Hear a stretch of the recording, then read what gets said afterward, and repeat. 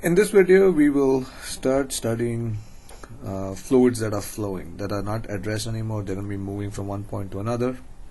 And in doing so, what we'll do is we'll study a pretty particular kind of fluid, which is called an ideal fluid. Now, this fluid we'll assume to be non-viscous, which means no friction. We'll also say that the flow is steady, which means that the velocity, the density, and the pressure at any point in the fluid is fixed.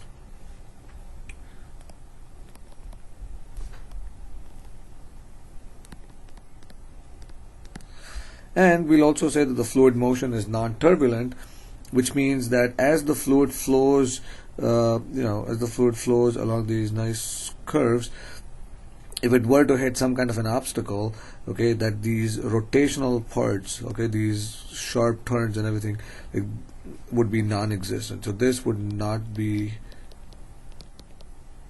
allowed for this ideal fluid.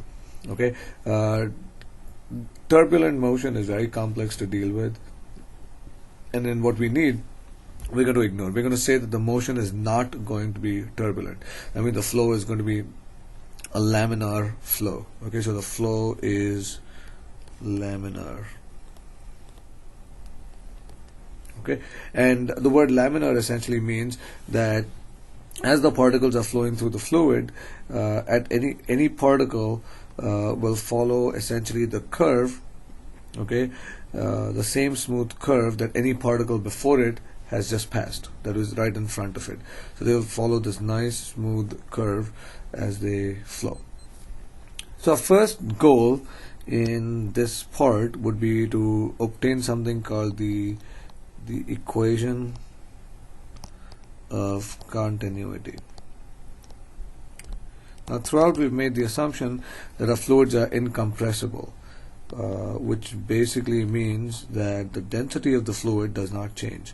So what we'll do is we'll say, let's take some section of a pipe where the fluid is flowing, and let's say that the area of cross section at this end is A1, at the other end the area of cross section is A2.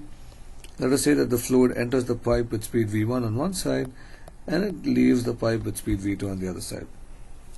So the fact that the fluid is incompressible implies that the volume of the fluid that enters on this side, so let's say a certain volume enters the fluid here, okay, and what it says is that the same volume of fluid must leave on the other side. So volume that enters is equal to volume that leaves, and all this has to happen in the same amount of time. So I can divide the time, both sides, by time, and end up getting this. Now, volume on this side, you see on the left hand side, is simply equal to the area multiplied by the length, and I can divide this by time. And similarly on the right hand side, I have the area multiplied by the length and divide that by the time as well. Now, from kinematics we know that delta x1 over delta t is simply the speed of the object, and similarly on this side I also have the speed. So this equation that we found, A1 V1 equals A2 V2, is simply the equation of continuity. Now in the video that follows, we will apply the equation of continuity to a simple problem. Okay, so make sure you understand this, that the A1 V1 equals A2 V2 is the equation of continuity. Also, before we close this video, the volume over the time has a name, and it is called the volume flow rate. And this could also be found simply by multiplying the area by the volume, also by the speed.